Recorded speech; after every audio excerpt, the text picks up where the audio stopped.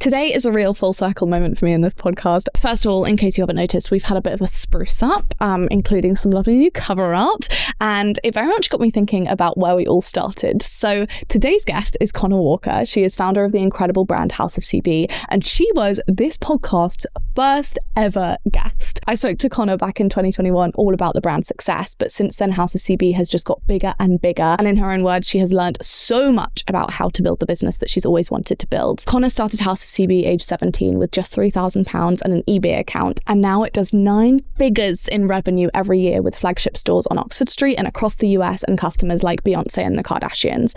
I'm so incredibly excited to chat with Conna about her incredible growth strategy since we last spoke, one that saw her turn over £250 million last year, the US growth of her brand, but more importantly, her advice for growing a company, maintaining balance and achieving your dreams in business and in your lifestyle. One thing I really wanted from this podcast was for it to just feel like a founder to founder chat, not least because I needed this founder to founder chat. And I think seeing Conna really build the life that she has for herself from her business and the type of lifestyle she wants to lead and has been able to create has been a huge influence on me, but also like at a point where I'm feeling very, not stuck, but kind of unclear in certain ways as to what I want my life to look like versus how hectic it got last year. This conversation was very much like a fly on the wall, founder to founder, completely unfiltered chat. So I hope you really enjoy that. But before we get into my chat with Conna, I would be so grateful if you could subscribe to my channel. We get up to a lot of stuff around here, from pep talks to improve all our lives to advice-filled conversations with really interesting people like Conna. Thank you so much, and I hope you really enjoy the episode.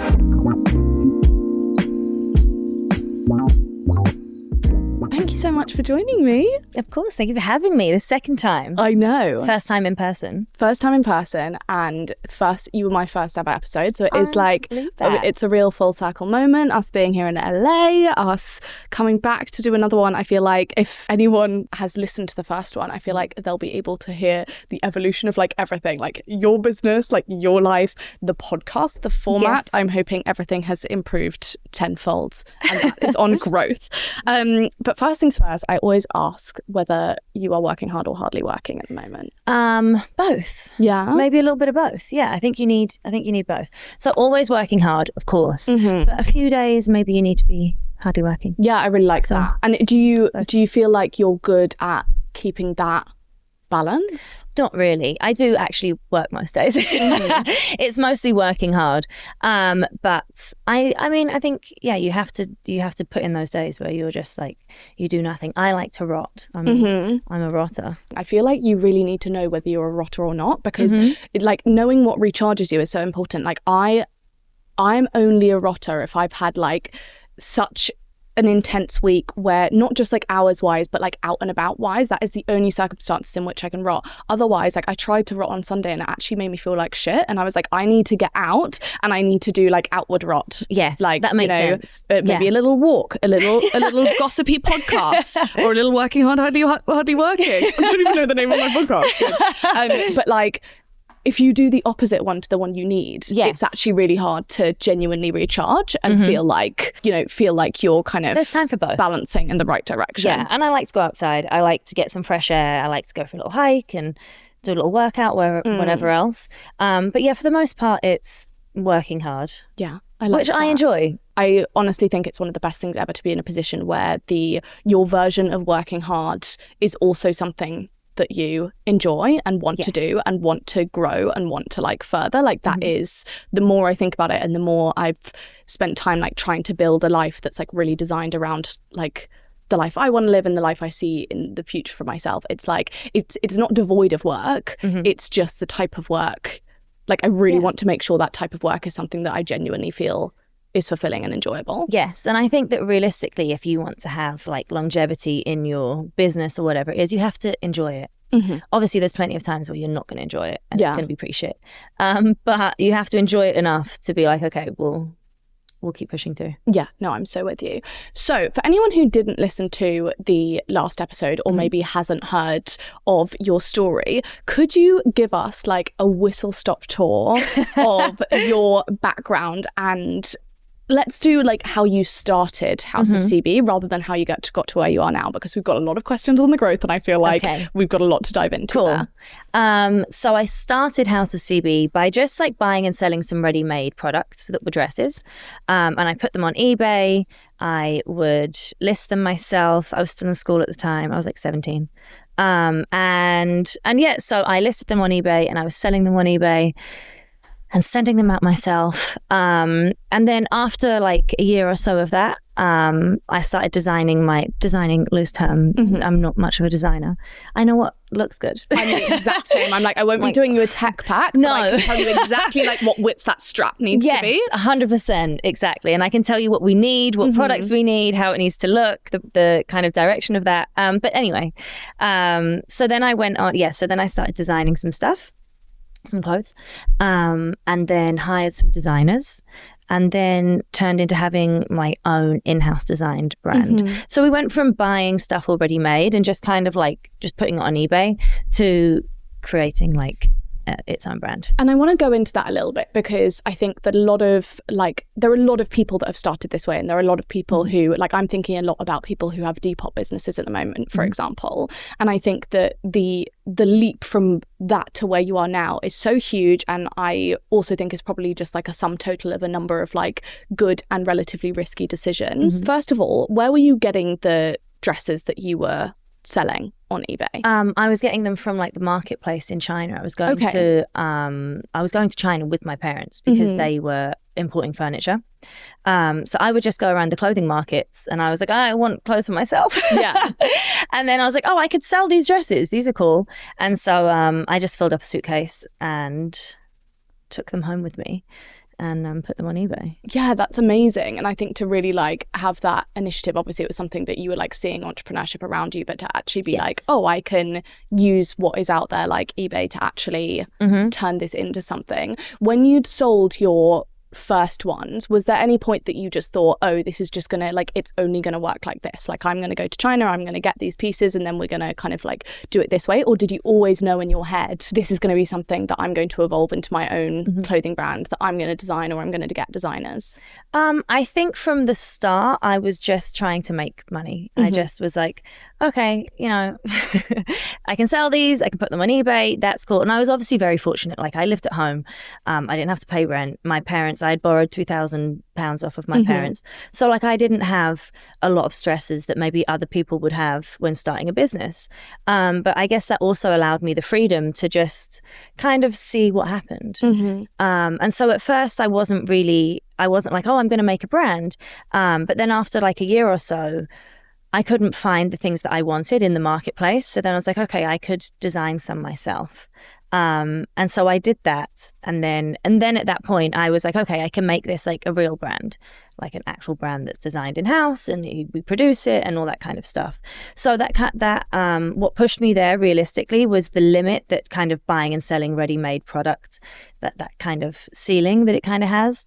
And so that's what forced me essentially into then making an actual brand. And was there anything that you tried at that like very early stage in terms of like forming the business from an eBay store into your own brand? Was there anything that you tried that didn't work, like that you wasted money on or just didn't turn out the way you thought it would? Not really. I mean, at the time, I guess the risk wasn't so high. Like I didn't have super high numbers of stock and that kind of thing. But for the most part, I was lucky because where I had been selling ready-made products, I could see what they liked and what they didn't like. Like I kind of already had that trial and error. So I already had an idea of what kind of thing that I wanted.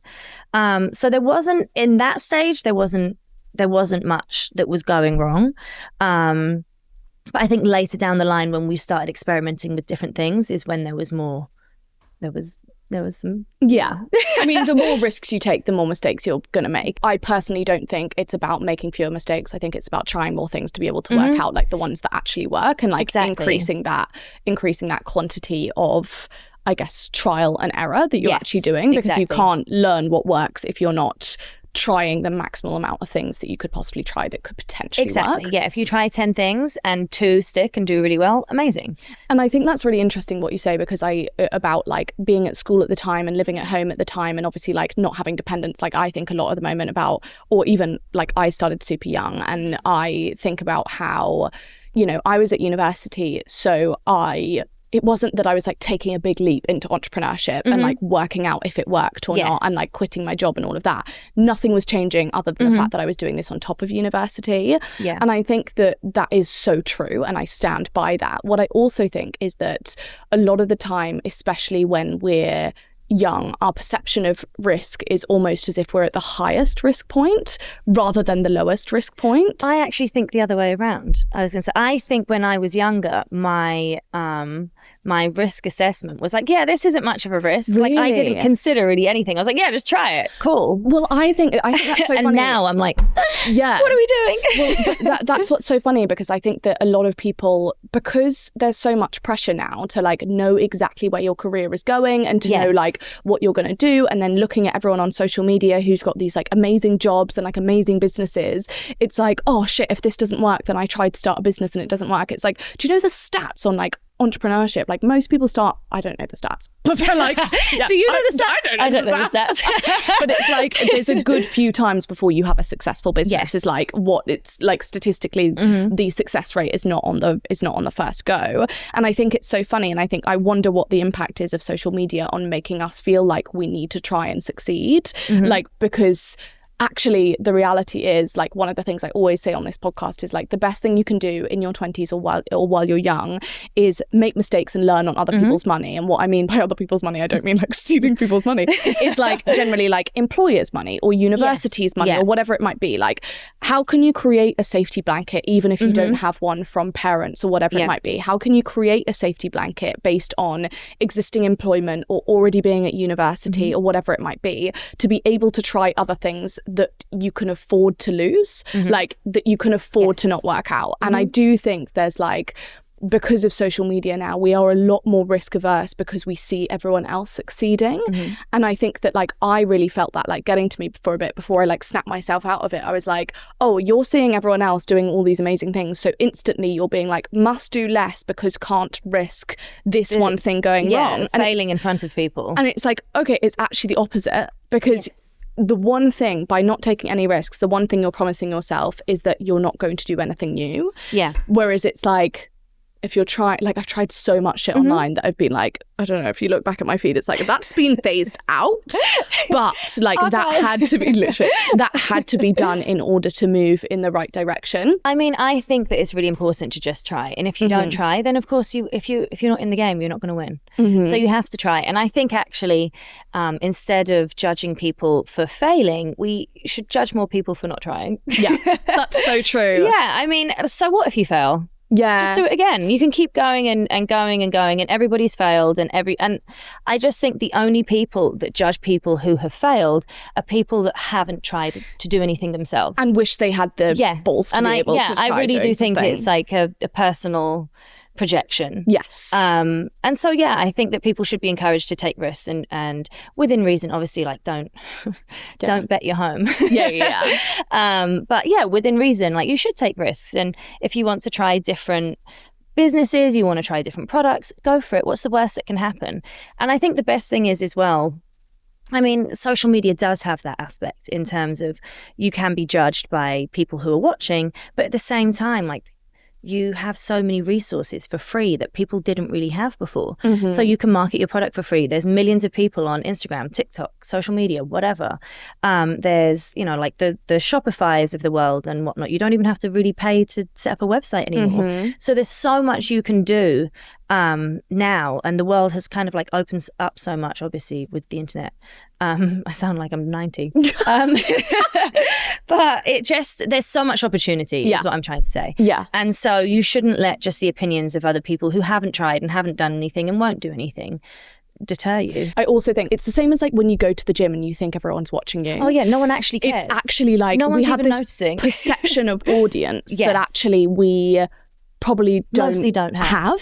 Like even, like part of my job is like having an audience and talking to an audience and like this community of people. And that's like something that I like treasure very dearly. But at the same time, like most of the time, like they're not just looking, they've got their own lives. Like they're genuinely not looking, like there'll probably be 5 people who notices if even with a significant audience, if something just phases out or didn't work out or whatever it might be. And I think almost pretending as if no one's looking, because they probably aren't, is so important. You can give yourself this like inability to move anywhere because you feel like all of your school friends are watching you and all of like the people you went to uni with and all of like your colleagues and all of this. It's like, firstly, they're probably not. Like they're probably checking their Instagram story 10 times in the same day to see what a work of art they're like, cool, what's next? Cool. Like everyone has the attention span of about 30 seconds. So even if it doesn't go well, I agree. I mean, most people aren't paying attention realistically to what you're doing. Even if they follow you and they're interested in what you do, I'm sure that if I was to ask House of CB's followers, hey, what did we do this time 2 years ago? They're like, I don't know. Yeah. And they will not, I promise you, they will not know that design you did that you were like, fuck, that really that was flopped. Awful, that bombed. Yeah, exactly. And so, like you said, it's just, a lot of it is in our heads. No, I completely agree with that. And I think that's something that I need to like internalize a lot too. And I try and like constantly say to myself. It's harder for you because you have a big platform. I saw this really good thing, which was if you knew that you had to post this 1,000 times and 0 people would engage, and on the 1,000th time it would like hugely take off. You would just tick off each time. You'd just be like, great, cool, first time, second time, third time, like great. And same with like, I don't know, if you would actually welcome the fails. You'd be like, cool, 99, 98, 97. Yeah, exactly. Until you get there, you're like, next. Exactly. If you knew it was going to be there. So let's start with some context. How much has House of CB grown since we last spoke in 2021? Oh my gosh, I don't even... insane amounts. It's grown insane amounts in every aspect. Sales have grown dramatically. Last year we did about 200 million. Incredible. Nice. Congratulations. Thank you. That's huge. And obviously we are self-funded. We don't have any outside investors, no debt, no whatever. So it's been a slow and steady growth, but over the last, since I've seen you, it's really propelled. And obviously our team has grown massively. How many people are the team now?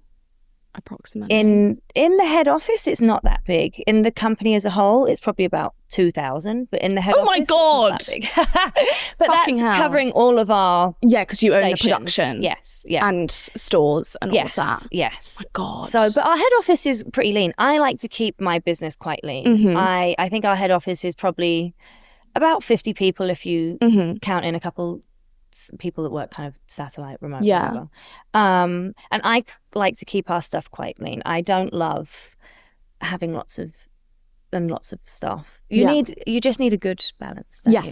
And you need like I feel like the way, at least from the outside, the way it looks like you guys work is it's like a well-oiled machine. Like it feels like quite, I don't know, I feel like if I spent some time really studying it, I'd be like, oh, this is the processes. Like I know when you do your releases, I know like, you know, there's clearly like a formula behind everything, which is obviously like the absolute, it's like gold dust when it comes to building a business, because when you get processes in place and systems in place, it means that you can replicate, like you can refine it, you can replicate. And even now, we still put in new processes for different things. Like we still figure out like, oh, okay, we've been doing this wrong, we've been doing that wrong. And it's stuff that you just learn as you go. Of course. And then try and make linear. And what would you say the biggest turning point has been in that growth since we last spoke? Actually, probably around that time. I think one of our biggest things is how we've kind of evolved our product. So we've gone from like super dressy, evening out, bodycon, bandage, hot girl fun, which I love, obviously. Hot girl fun. Who doesn't? Do I look like I love hot girl fun? I love hot girl fun. I know I'm wearing a cardigan, but I do love hot girl fun. And then we've moved into our cottagecore era right now. And I think that tied in really nicely with COVID, because obviously everything's shut down. And in the news, you'll hear that in the UK, at least, like loads of the bars and the clubs and stuff are closing down. So there's been like a huge cultural shift that just so happened at the same time as we started trying out this other product, which is a bit more daytime. It's a bit more like multi-use, multi-wear. So that has been huge for us, that kind of change in a little bit of direction. And we still have obviously kept true to our roots in how we create our products. But yeah, now we have both essentially. And so I think that has made a huge huge difference. Yeah, and I'm really interested in that in terms of how you balance taking the customer's lead in terms of like what they're actually liking from a product, and also maintaining your kind of company DNA, because you obviously started with, you know, the bodycon dresses, the very like out hot girl fun vibe. And very this is your new slogan, by the way. Hot girl fun I'll vibe. give you a little brand consultancy fee. We're going for hot girl fun. Obviously you've evolved from that, and I can see certain parts that like really tie that evolution together. Like I know that me, having been like a fangirl from early, having seen it go from bandage to then like lots of corsetry, and then using that corsetry in like the like sundress era and all of that. But I'm really interested with, I think if you looked at now versus right at the beginning, you'd be like, is this the same business? Which that's not a criticism. That's kind of like, that's evolution. No, it is. But I'm really interested with how you balance that consistency and staying true to your DNA with taking the customer's lead and also trends. I think realistically, you have to listen to your customer, of course, but it's best to listen through the data rather than... A lot of the times I'll see brands, and we've done it before, and we'll be like, hey, what do you guys want to see from us? And I think people kind of need to be shown what they want to see. But you can get really good feedback on specific products. And so a lot of the times, like if they really don't like something, at Christmas we released some products, only 5, but anyway, that they really didn't like. And it was like berries and cream, gate all over TikTok. And they let us know. And that's good. That's good. It's good data to have. And happy Christmas to you too. Brilliant. Exactly. I'm going to go cry under the tree. But then they also give us other feedback in things. They'll say, you know, we introduced a larger cup option, and I think we were the first commercial brand to do that for like clothing, obviously not bras. And we invented the bra. Yeah, we invented the bra. No. And we got to that because of the data and the feedback that we were getting from the customers. So they were telling us like, hey, this doesn't fit my bust. This doesn't fit my bust. And so we addressed that issue. But then I think there's also the element of being the kind of the lead of your company. Where do you want to take it? What product do you think is not being serviced for them? And it may be something that they haven't considered. And it may be something you haven't considered up until that point. So I think you have to kind of mesh the two together. I think you can't be fully led by other people's ideas. Yeah, and I completely agree. And I think that customers are obviously core to any company, like especially those like key customers that have been there since the beginning or have been, you know, spend a certain amount with you a year or whatever. Like they should absolutely be at the center of a lot of your decisions. At the same time, if you think how much we've learnt by being in the rooms that are actually making the decisions in the businesses, there is so much that like I would have thought from an outside perspective that actually then seeing it from an inside perspective, you're like, this doesn't work because of this, this and this, or like you say you love this, but then every time we come out with it, like we have it the whole time. For example, like we constantly get Fatala, they're like more colors, and every time we do a color, it's like crickets. It's like us in white dresses. Like we can't sell enough white dresses. Right.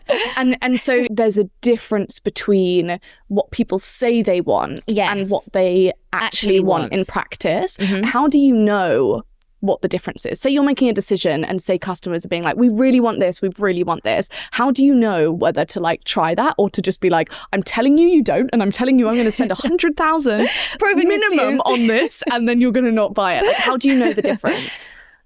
I think that you have to trust your own judgment. And I think instinctively as like an owner of a company, you kind of know what's right for you and what isn't right for you. And you also have to be open to hearing other opinions. And I'm always open to hearing other opinions. And I think I'm quite good at like filtering through what I think is applicable to us and what isn't applicable to us. And yeah, you just have to take all the feedback with a grain of salt. But obviously, if you keep seeing the same thing, then perhaps there's something in it. But you also, like if you look at your sales data, for example, with your Tala stuff, you know that like black sells all the time or the neutrals sell all the time. And you can see that. So then you're like, okay, but they do really like the neutrals. So we have to make sure that we're always doing neutrals. Right. And so you have to make those decisions that maybe aren't so, like, I don't know, interesting. Yeah. Based off of what you have seen yourself. Because people just see what they express what they themselves want. But you have like a big plethora of people and their shopping data and whatever else to kind of decide what you want to do with it. Yeah, I'm totally with you. So yeah, I think you just have to listen to the feedback, of course, but you realistically have to really listen to yourself and trust in yourself that your decisions you're making, you feel good about. Yeah. And that you're not just making them to like appease people. And so what would you recommend to someone who's at like the beginning of their business journey, who maybe doesn't truly have the intuition yet that you build over time, that you truly know your customer and you know what they're going to like and you know what they're not going to like, even if it's different to what they're saying? What would you recommend to them in terms of like how much to test and how to test it to avoid over risking themselves, but also to avoid staying static? Because also if you'd never tried corsets, then you would never be where you are now. Exactly. I suppose the best thing to do is first like look at what's selling and try and analyze why it's selling, and also look at what's not selling and try and analyze why that's not selling. Maybe it's colors, maybe it's cuts, whatever. I'm assuming that this is fashion, but if it wasn't, you'd still analyze whatever it is. And then I think it's just part of being a leader, though. Even when you start, you do have an intuition going on that you're like, do I want to do this? Do I not? And so I think you do just have to lean into that more and listen to that more. And sometimes if you have too many voices that you're listening to, you'll get a little bit confused. And so even though you may not necessarily trust your judgment yet, I think if you don't try using your judgment, then you're not going to get to the point of trusting it. So you need to practice it. Yeah. You need to be like, okay, what do I think is, next? What do I need to do next? And lean into that. I'm totally with you on that. And I think that's such good advice. And I also think that like you have to take responsibility for these decisions, even if it was a terrible decision, not because it's like, oh, someone needs to be blamed for it, but more because like that is how you learn fast. Like I can remember probably about like 5 terrible decisions I've made. And if in my head, I would be like, that was this person and that was this person, that was this person, I never would have learned because I was constantly like pushing the blame on other people. Whereas like there are 5 things that I've been like hands down, we have to do this product and like it's gonna take off and it's gonna sell out and it's gonna like go viral and all of this, and it's literally like people are like, that didn't go well. That's nice. And I feel like that responsibility part of it isn't like, it's not responsibility so that you can kind of like hit yourself over the head and be like, damn, I shouldn't have done that. But it's actually responsibility so that, because like that's why founders learn so fast. Like it's one of the best parts of being a founder is like you're in this like crash course towards being a really good founder, that you can only get there through like making all these mistakes. And it's like you can't build that intuition without making those mistakes and without trying. And like at the same time, I think it's like, it is a balance, because I can imagine someone listening to this being like, okay, I need to know what my core is and I need to know what our DNA is. And at the same time, like Conna went from these bandage dresses to this cottage core, and like that evolution has to happen. Over 15 years. Right. Over 15 years. So if you imagine maybe a product lifeline is about 5 years, perhaps. In different industries, maybe it would be different things. But going back to your responsibility point, that's actually always been something that's been at the top of kind of what I think, and that you're responsible for everybody. And so even if you delegate your work to somebody else and they make a wrong decision, that's still your responsibility. Yes. Of course, you hold people accountable if they do work that's not what you wanted. But it is your responsibility. Your company is your responsibility. And, realistically, the responsibility falls on you. And if the company doesn't do well, people can leave. They can go and get another job. They're fine. But you have to deal with whatever happens if things go wrong. And so you have to be really comfortable with the decisions you're making and trust in the decisions you're making, because ultimately it's you that pays the price, whichever way it goes, good or bad.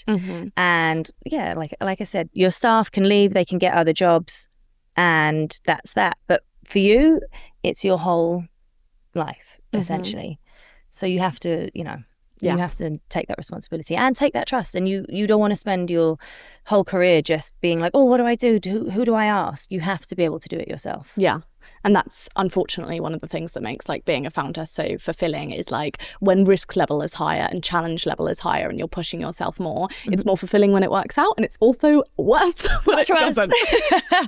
Yeah, it is much worse. But it's also, I think you have to just look at it. It goes back to what we said about not being afraid to fail. And you just have to be like, okay, that didn't go well. And you can be obsessed about it for a minute, and then you have to be like, okay, why didn't that go well? Yeah. And learn from it, move on from it, go on to the next thing. At House of CB, you do such good takes on trends, but I very much noticed that you do not do all trends. Like, I've seen a lot of trends this year that have been amazing, and I have no doubt if you guys did them, they would have gone viral and I would have seen them everywhere, but you don't do all of them. How do you navigate trends whilst making sure that you're not dictated by them as a company? It's always good to stay informed. In any business that you're in, it's good to stay informed with whatever is going on around you. Our business model isn't really one that's trend-based. You get a lot of like fast fashion stuff and they're super trend-based. And we're seeing obviously with like TikTok and that kind of social media that the trend cycles have become really shortened, and then there's all these kind of subsects of little trends and this and that. And so keeping up with that is realistically impossible for like a real brand. If you're designing in-house, if you're producing, it's really just not feasible. And I think as well, it's so saturated that people don't really want it anymore. And they definitely don't want to spend more premium money on it. So if you're not working in a fast fashion space and you know you're not at the lower end of the price point, it's like there's no point competing in that market. And when it comes to House of CB, I think people want a classic House of CB product. They want House of CB, and so it's really important for us to really focus on what works for us. And of course, we stay informed with trends, we stay informed with what's going on, but most of our decisions are made on what works for the brand. So do we want to do sundresses? Do we want to be super girly? Do we want to go more sexy? And like just trying to see what is missing for the customer or what's next for our customer rather than what's next for everybody. And do you have like this is like truly selfish interest. Do you have like a really clear, say like one pager on exactly what the House of CB DNA is that helps you decipher like this isn't an us trend or this isn't an us color or this isn't an us shape? Not really. Is it in your head? Yeah. I'm like, Conna better not go anywhere. No. Please. It is in my head, and it's also something that continues to change. Yeah. So maybe things that our girl liked 3 years ago, she doesn't like anymore. But there's always obviously a core DNA. And there are things that like we obviously would not do. We wouldn't do poorly made products. We wouldn't do super trendy stuff. We wouldn't do streetwear. I don't know. Yeah. It's just not true to our brand. And we've just got like our kind of pillars that are like being feminine, being well made, a real focus on like the shaping of the waist and all that kind of stuff. So those pillars are always there that we always refer back to. But in terms of specifics like colors or fabrics, not really. We just we see where we feel at the time. It's all very just... And how do you make sure that doesn't get affected by like your own fashion sense and like what you're into at the time? I think I don't know. I think that it has always been a little bit affected by what I like and what I've been seeing. And, but it hasn't gone badly. You're like, but it works. Sometimes it goes wrong. Most of the time it goes right. But like previously when we were in our bandage dress era, I was a bandage dress girl in the club. And I'll still be a bandage dress girl in the club, but not as frequently. Yeah. And so as I've grown up, the brand has also grown up with me, and my understanding of what people want and need has also grown. But I do think that there has always been a personal connection to me and the collections that we release. There's things that I'm like, I like that, I don't like that. And if I don't like it, it tends to not do that well. Yeah, no, I really, really like that. And I think that the pillars thing that you've said is really, really important, because I personally find pillars a good way to define like brand identity or like who you are as a company or your product DNA or whatever without being like overly restrictive. Because I think that, for example, what you said there with like feminine and probably like a cinched waist or like coming in at the waist and like this other stuff, it's like that could both be like a really gorgeous tracksuit and a dress and all of that, and that could all feel like your DNA. Yes. I think that it's really like I've yo-yoed before in terms of like being too restrictive and being like, no, Tala is just very specifically like this set of products, and then it's like, okay, but we know she's wearing it with a blazer, or we know she's wearing it with like, you know, she's wearing it with a bomber, or she's dressing it up like this, so like, do we do that? Like, where is the line? And I've also been too flexible where we've had periods where I'm like, this looks like a different brand every single launch. And I think that, you know, part of it is trial and error, but also I so strongly believe in pillars, like, and making sure, like, if ours are flattering, higher quality than you'd expect from the market, versatile and multi-wear or multi-way, and if it doesn't tick like all of those, it's not a Tala product. It's not for you, And I think that like it's weirdly taken us a very long time to like really define what that is. Honestly, ours has also taken a really long time to define, but weirdly it's always been there. No, I just didn't realise we just hadn't it wasn't codified, and it wasn't like, and I think that's been one of my biggest concentrations this year in trying to make sure that I am not like overworking myself to the bone, because it's like if everything is in my head and people having to read my mind at the same time as me also being like, I'm dying on the floor, like someone help. Like there's this need to kind of be like, oh, okay, this is what it is. And sometimes there'll be a borderline product and we're like, no, but do you know what? She is really outfitting things with this. Like she really, really, really is. And we need, you know, say like Pilates socks, for example, like they're not very multi-wear. Like you're not really wearing them for multiple different things and all of that, but like it fits so perfectly with our product. So it's like you need some flexibility, but at the same time that like codifying of like, no, this is what the business is. This is what it isn't, I feel like is so important. And just to sort of clarify, I would say that a brand could mostly go into anything. Like Tala could go into beauty, House of CB could go into beauty. You could go into pretty much any category, but it just has to be true to your brand. So like if you wanted to do outerwear or whatever, like House of CB can do outerwear, and it will have great quality. It will have that kind of cinched waist and those features that like define the House of CB products. So I think you can go into any category you want, even if you're a clothes brand and then you want to do homeware. You can do all of those things as long as it's true to your kind of brand pillars. Yes. And it seems authentic and it makes sense. Yeah. But you can kind of do anything. Yeah. As long as it relates back. Yeah. And so founder to founder question, how do you deal with people stealing your designs? I think it's very flattering, of course. No, obviously it's she's a politician. I mean, it's nice. It's flattering. It's nice that the designs we put out influence so much of the market. And that is an honor, truly. Like, it's like, wow, this has really come from us, that all these corset back dresses and all the adjustable and the sundresses and the cottage core that everybody's seeing at the moment. I'm like, great. I'm so glad we did that. But of course, it is also disheartening. Yeah. And it's annoying when you're on Instagram and you see brands doing your exact... I've seen some outrageous... It's not the exact product, to be clear. Yeah. But they do product that looks extremely similar, and then they present it in an extremely similar way, and even down to like content videos and the way in which it's being presented. And it is annoying, of course. You put so much work into it and you put so much money into it, and you take so much risk by introducing different types of product to the market. And so, of course, it is disappointing when loads of people do rip it off. But I think that, you know, it's also part of the business. It's how fashion goes.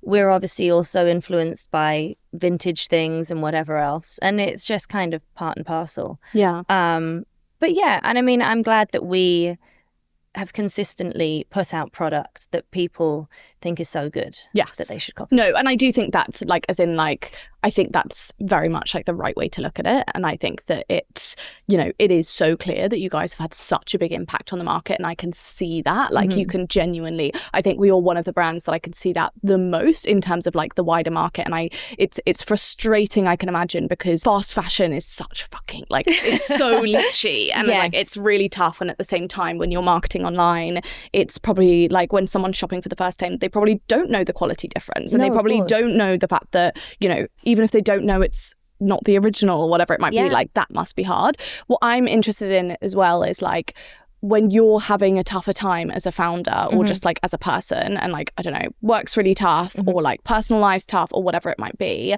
how do you avoid something like that like affecting your headspace? I think realistically you can't avoid it affecting your headspace. It does affect your headspace. If you're having a bad day and then I go on Instagram and I'm like, oh great, you know, it's not nice, it's not enjoyable. But I think, as with any problem, you look at it like, how can we address this? Is there anything we can do about it? Yeah. And how do we move on from it? And that is how you just have to go through things. You can be upset about it, but you can't let it derail everything you do. And, you know, I mean, we've done a few different products. We did corsets, we did cottage that have influenced people. So we've done it a few times before, and we can do it a few more times. We can come up with the next thing. And and it's just something you just have to deal with, I think. And it is disheartening and it is upsetting, but it's also like, it's fine. Yeah. We just move on. And have faith in the thought process that got you there in the first place, which can be replicated to lead whatever trend it is next. Yeah. And production in the past 4 years, fucking hell, 4 years since we spoke. Crazy. 4 years. Crazy. I feel like a lot's changed in terms of your production and like the evolution of your kind of, not necessarily your supply chain, but like what it looks like, at least externally. I know that last year you opened your own factory. Yes, so we've actually had our own factory for years, but last year we opened a really big factory of our own. And previous to that, we've obviously worked with other factories, but for years now, for the most of the time of the brand, we've had our own factory. And that's what's kind of allowed us to control our quality and to control the designs and all that kind of thing. But yeah, we opened a nice, I think it's 500,000 square foot, which is fun. Guys, they've got a name on the roof. And it also has a pink buggy. It wasn't quite House of Subi pink, so I was very disappointed. No, I'm joking. That's a joke. But it's nice. It's really cool. And it's really cool to see. And obviously owning your own factory allows you to control have more control over your sustainability, over all of that kind of stuff. And obviously your product and how you manage your product and how you produce your product. And I think a lot of people don't realize how important that is. You know? If you're over ordering, you're not going to make any money, even if you're selling lots of it. If you've got too much, your accounts aren't going to balance up. And a lot of the times, you know, if you're at the mercy of another supplier, not always, but sometimes you may not be a very big account to them. You may not be very important to them, and it may be a bit harder to grow. They kind of put limits on what you can and can't do when you're working with another factory. That's not to say you shouldn't work with another factory, because also opening your own is a whole other beast. It's definitely not the first step. Yeah, no, don't do that on your first round.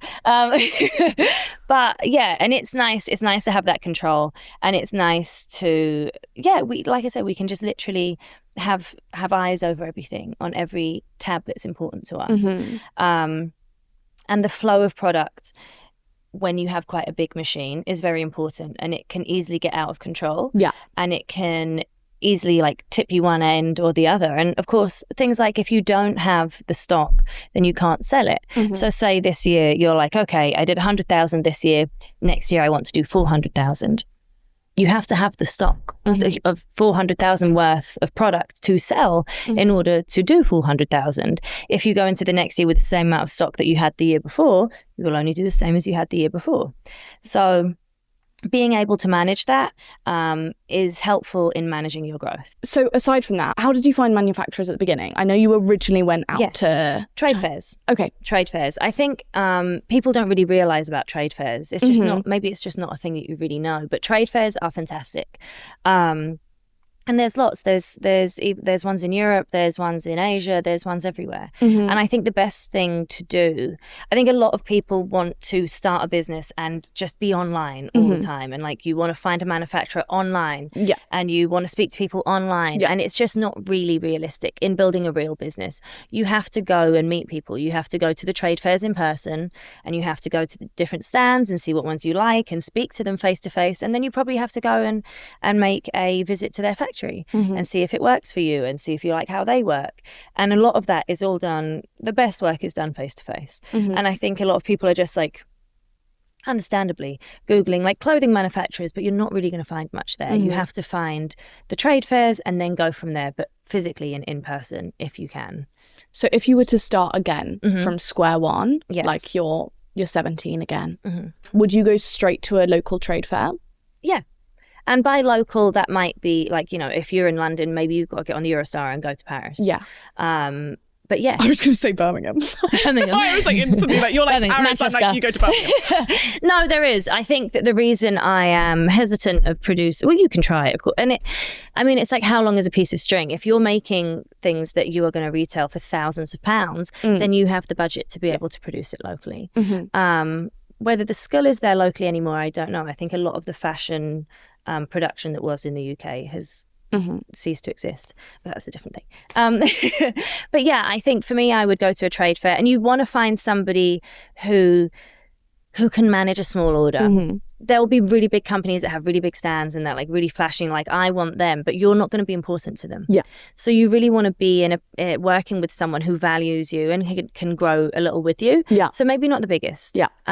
Somebody who's a little smaller who can manage the orders. You don't want to order 500 dresses on your first go. Like, what are we doing?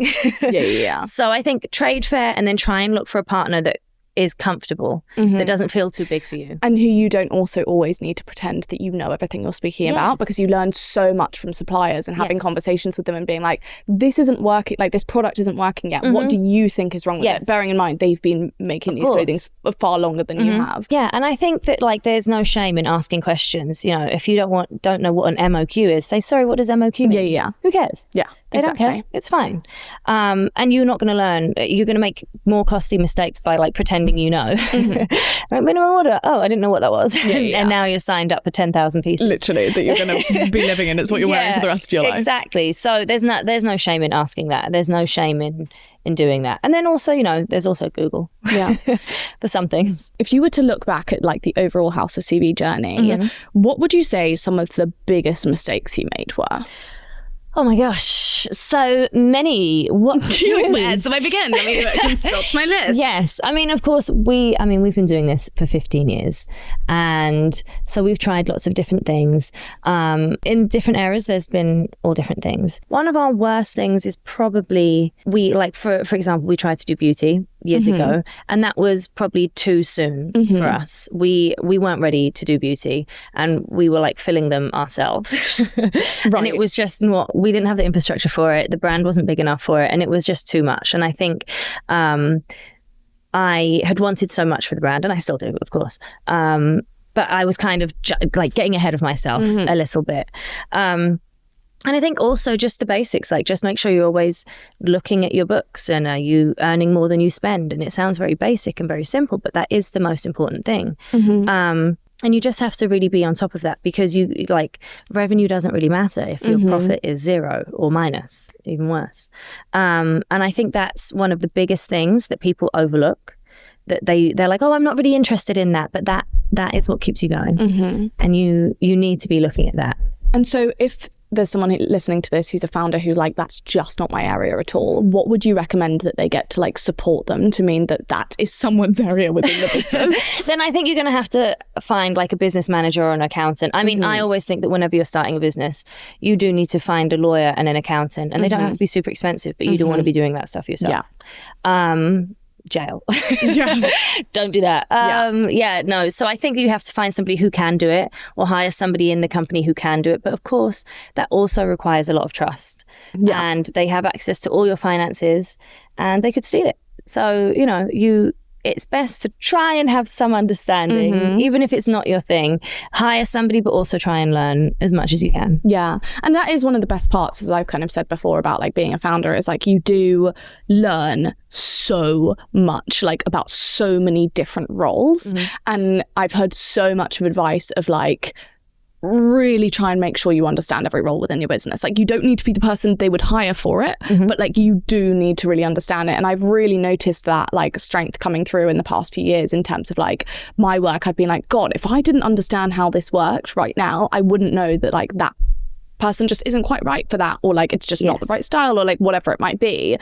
And it's so easy to just be like, God, I need to delegate, which you do. And like, you need to be able to delegate in order to get to where you want to. But at the same time, like you need to delegate whilst also having a good understanding of why what is coming to you might not be quite right, or might not be the way that they should be looking at it, or whatever it might be.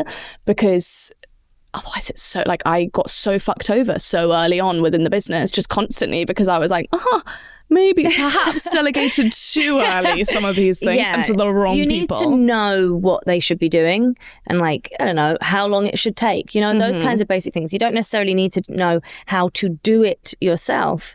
But if you've hired a graphic designer, you need to know how long it takes them to do a newsletter. I don't know, whatever.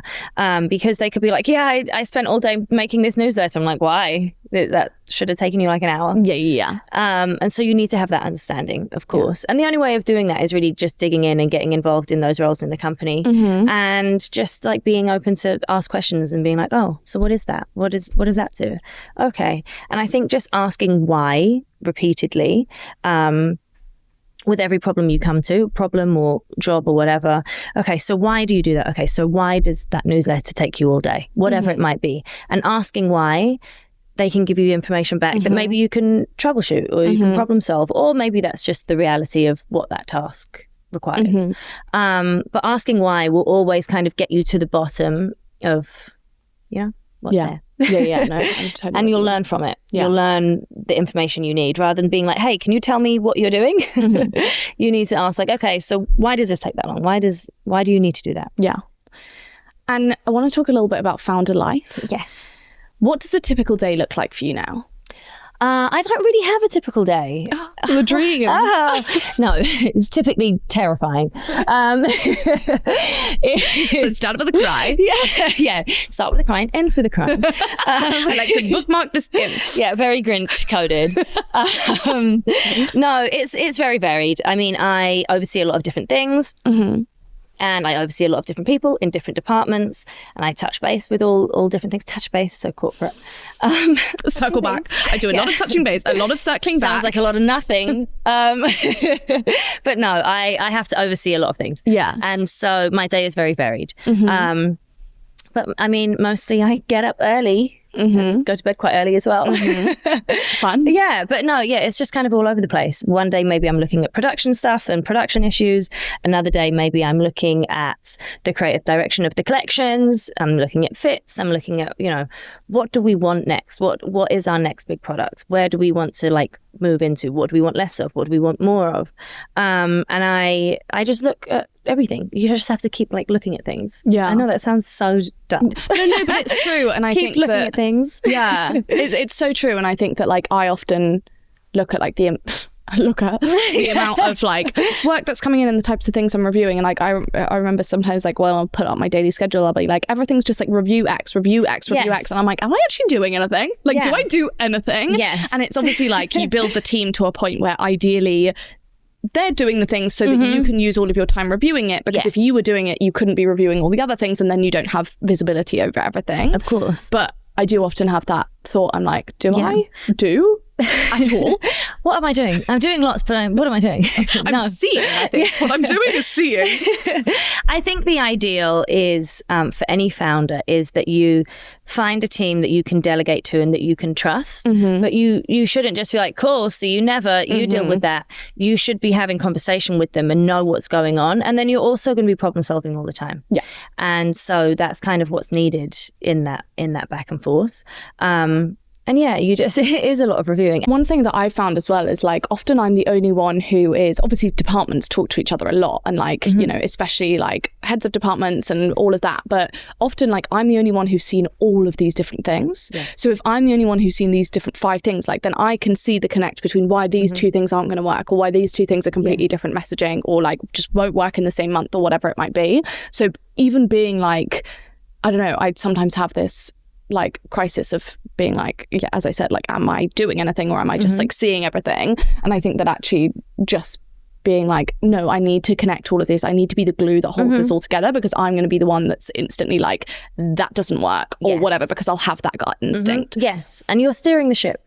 So you have to oversee all parts of the ship to make sure it's going in the right direction. I think a good boss realistically doesn't have too much to do. And I know that probably sounds a bit controversial, but like you should be overseeing everything, and you should be steering the ship, and you should be directing where your company goes and what it does, and its evolution, but you shouldn't necessarily be doing day-to-day tasks. Yeah, 100%. And that's one of the biggest things that like this is now just like founder therapy, by the way, and you won't be paid, but I really appreciate it. I'll send you an invoice. Yeah, thanks so much. But like one of the things that I've really struggled with over the past like year especially has been the fact that obviously like the team's grown so much, and I feel like I've always approved certain departments of work, especially ones that I'm like particularly native to. So say anything in like socials, influencer design, like those are like, I have my claws in those. And I think that's pretty classic for a founder, especially because that's pretty much like what everyone else sees. But those teams have got bigger, which has meant that I'm approving more capacity of people's work. And it got to a point like last year where I was just like, oh my God, like I physically, if there were 5 of me, we would not be able to see all of this. And at the same time, every time I tried to delegate something, if it didn't go to plan, that's obviously still my responsibility. So up until pretty much the end of last year, November, I was still seeing every single socials post, every single influencer we were working with, every single piece of content they submitted, every single design sign off at every single stage, like all of this. And it was to the point where like on a Friday, my non-meeting day, I would sit down at like 7 a.m, literally not stand up. And then by like 9 p.m, I'd like come out of this like coma. Out of the cave. Yeah. And then I would honestly wouldn't have even made a dent. And I was like, God, this is both bad for the business. It's bad for me because I'm about to fucking explode. But also at the same time, then when I'm trying to delegate things, because the answer is always delegate. Of course. At the same time, then when a socials post didn't hit, it's awful, or like there's an influencer thing that just like doesn't work, or there's a product thing that doesn't work, or whatever, that is still your responsibility as the founder. And of course it's other people's responsibility as well, but what I always struggle with is the fact that you kind of, it's a tiny bit of a lose-lose, because you should be delegating it, but if you don't delegate it, then you should have delegated it, and you shouldn't be in the weeds, and you should be spending time on something else. And if you did delegate it and it's it not doesn't, gone well. and it's not gone well, and I think some people will listen to this and then be like, oh, it's always, then you should just get like, maybe someone's not right in a role. And actually, just the reality of like being a founder is that you're used to making mistakes so constantly that you know certain things to tweak that other people just might not know yet. And like with a company growing, it is, you know, like that's kind of part of it. Like, you know it so much better than anyone else. And it's like, this is really like something I've had to just be like, okay, I'm going to let go of this and like hope nothing explodes, because I was going to be the one exploding. But at the same time, I find it so hard to know like what is good to delegate and what, if I delegate, would be irresponsible of me.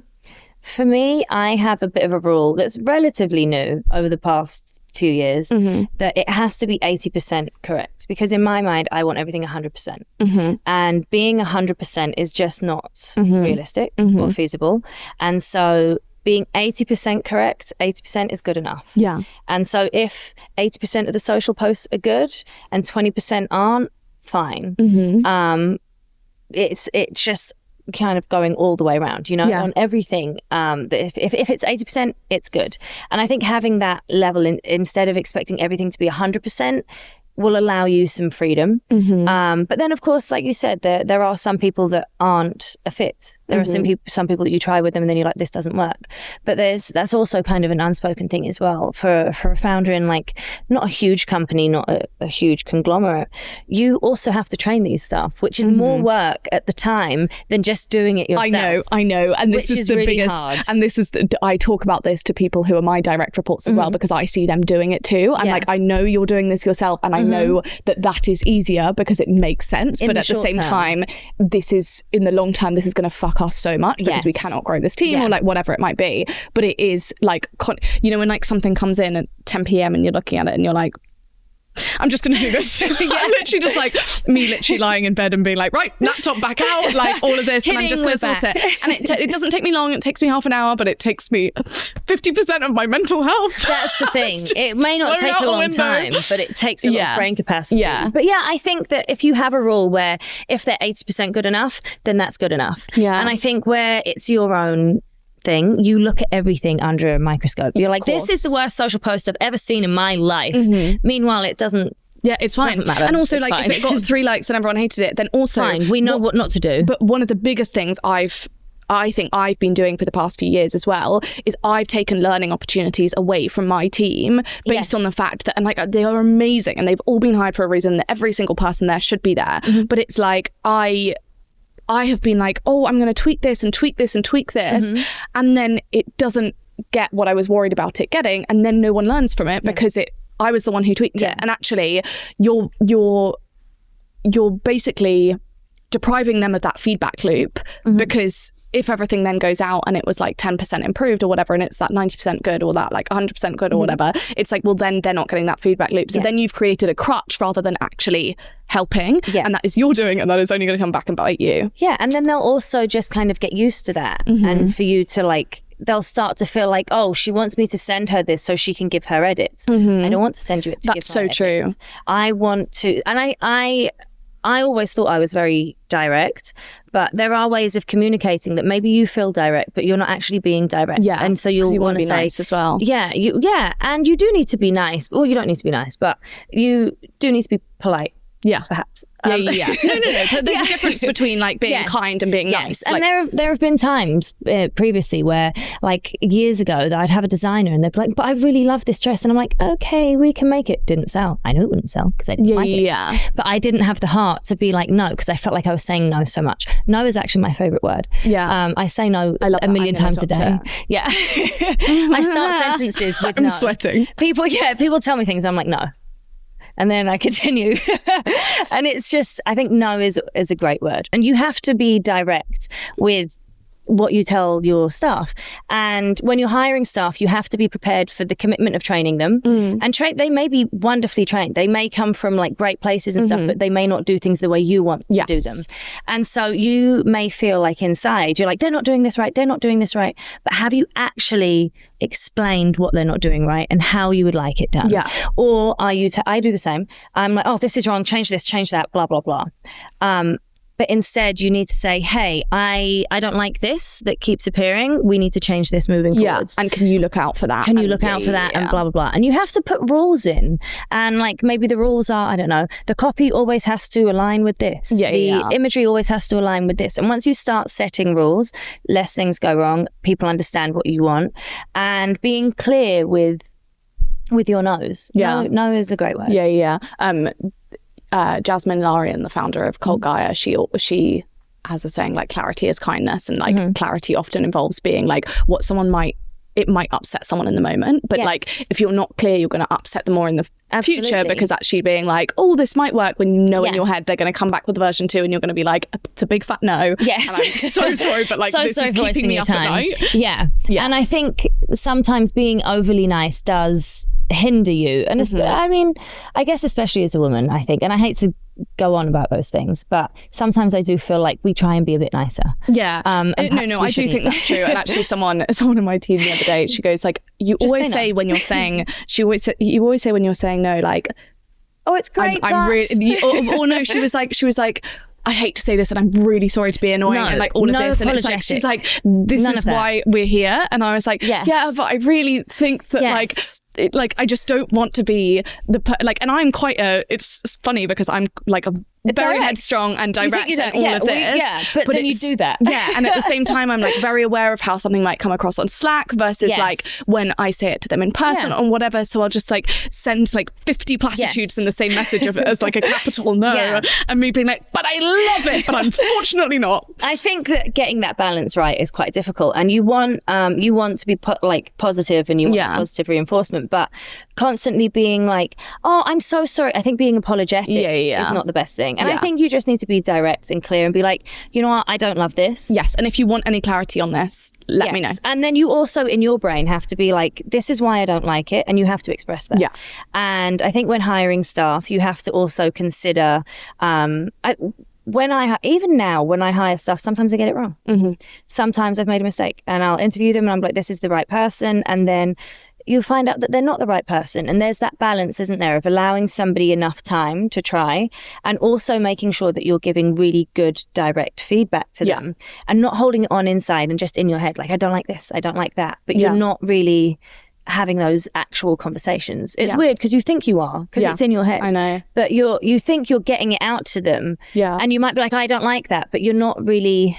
Me literally imagining myself in my head as like Miranda Priestley, like Devil Wears Prada vibe, being like, rah! And me literally being like, I'm so sorry, I'm really like, maybe I'll just buy 500 of those shorts instead. Like me, I was like, I'll make the dress, it's fine. It's not fine, I don't like it. Yeah. And it's much better for everyone when you're more direct. But I was saying that to say that, you know, hiring people and knowing when to hire and knowing when to try people and to delegate and this and that, there is a fine balance. There's a balance that intuitively you'll be like, this is not the right person for me.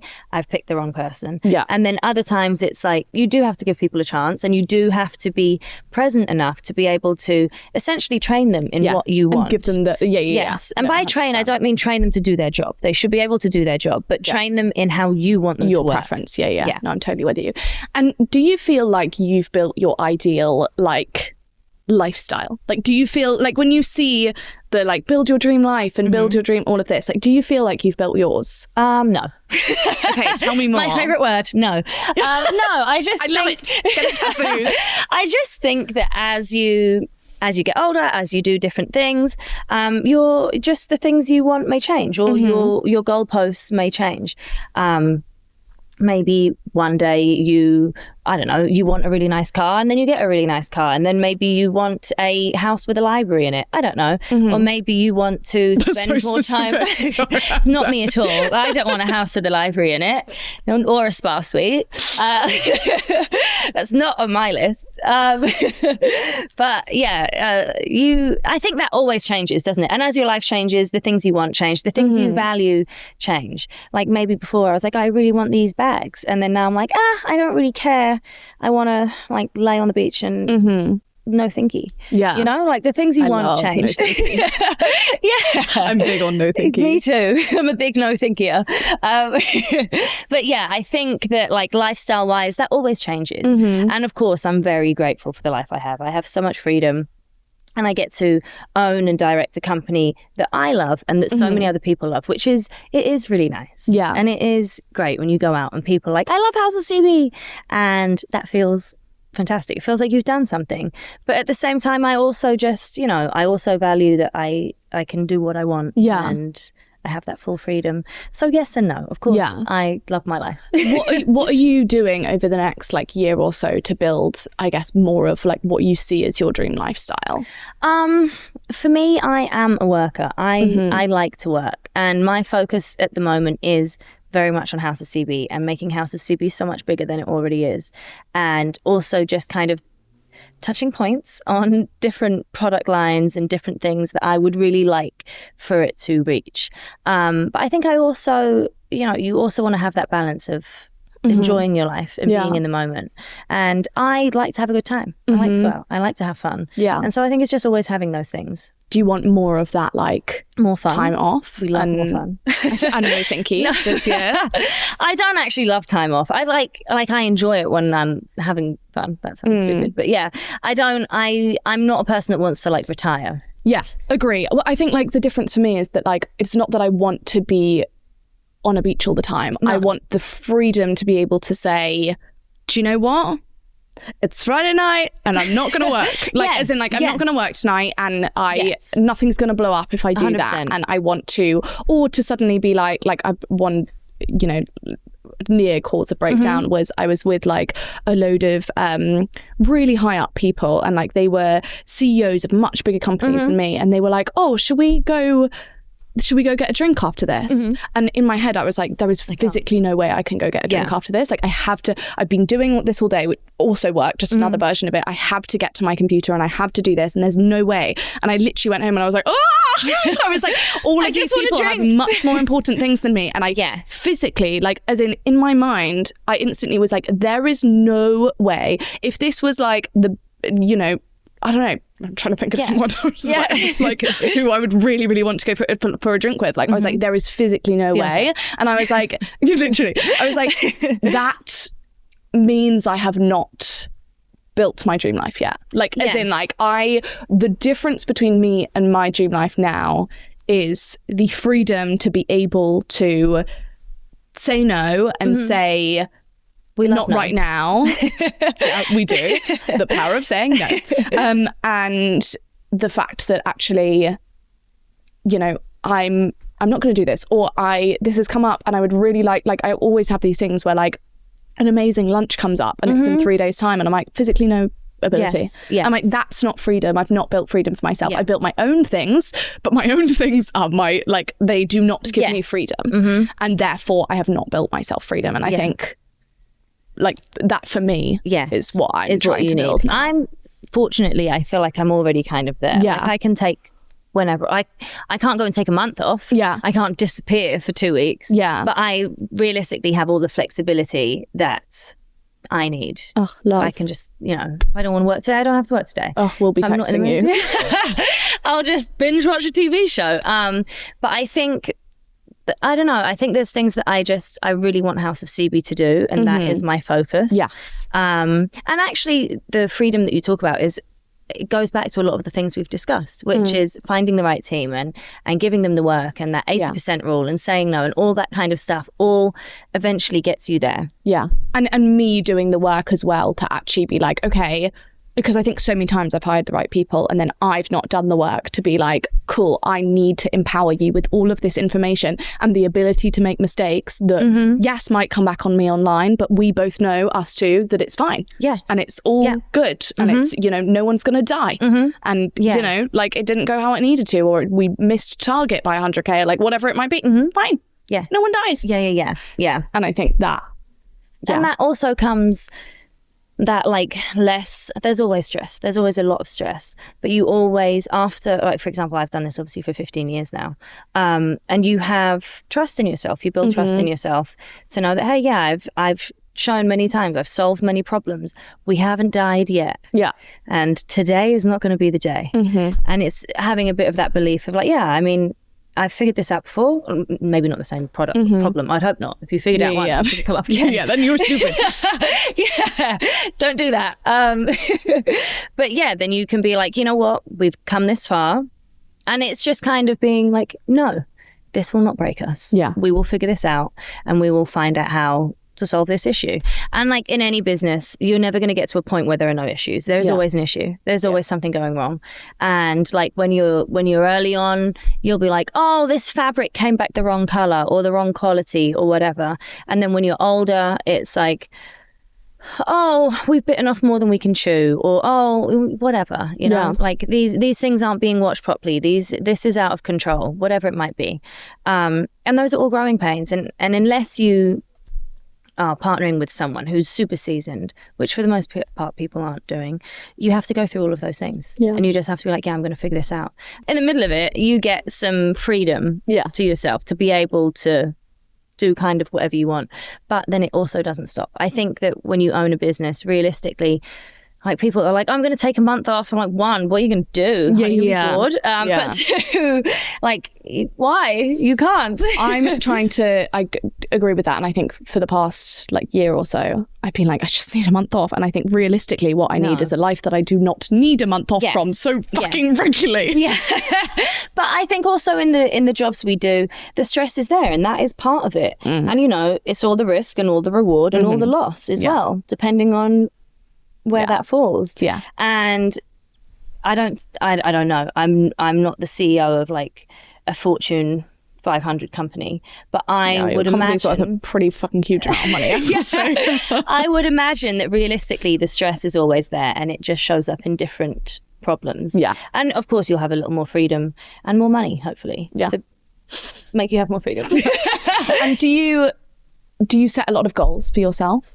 I'm not really a goal person. Really? I'm not a vision boarder. Although I suppose in the last like year or so, I'll just like write one thing. It's not a vision board. It's a word. I'm against vision boards, it seems. But yeah, it's literally like a word on my wall. But no, a vision board. But I'm not a goal person, really. I think that I don't have like a set specific. I have targets, but I don't know if they're goals.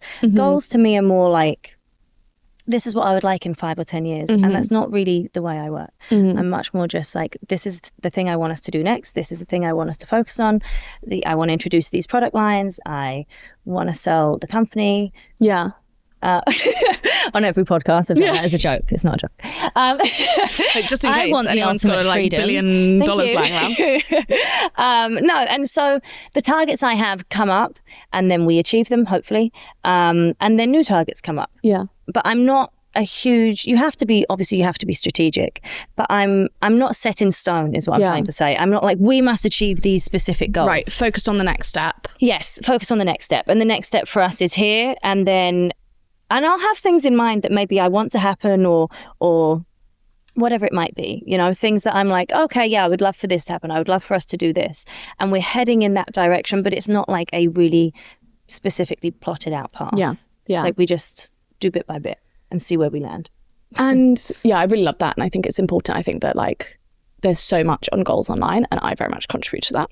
Hands up, hands in the air. But I think that also, but I also think that like different people work with different things. Like I did not set any goals this January and I am firm in my decision for that because I set them in September and I feel clear in them and I feel like it would just be a vanity exercise of just like spending some time feeling happy about goals rather than actually doing Sometimes the work. I feel like that's kind of what it does. I feel like you need to know where you are in that cycle and what works for you, which I like. Diversity and goal setting abilities. Yeah, exactly. And like it is having a goal. Like if I'm like, hey, I want us to, I don't know, have bridal stores, that is a goal. Yeah. But I just see it more as like a target and something we will do. Yeah. And then we get to that point and then what's the next thing? I like that. And there might be an overarching thing like, you know, I want House of CB to be a lifestyle brand. I want everybody to love it. I don't know. Yeah. And everything we do is going towards that. Yeah. But not necessarily in a specific route. I'm with you. I think you have to be flexible.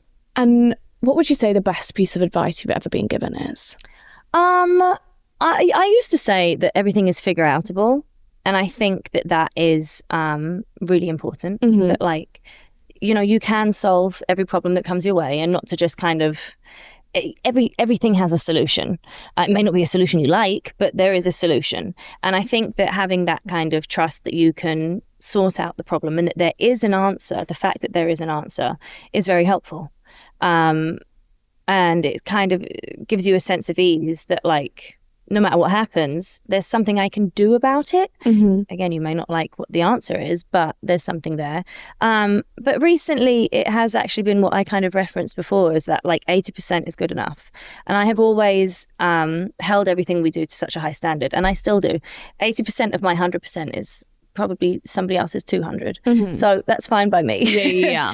And I think just if you really want to scale your company, you need to have that trust and just be like, yeah, this is good enough. Yeah, I really like that. Yeah. Well, thank you so much for coming. You've been amazing, and thank you for my therapy for free. And I can't believe we're all the way. I know from start to not finish, obviously. Oh, you've been so amazing. No, thank you so much. Thank you for having me.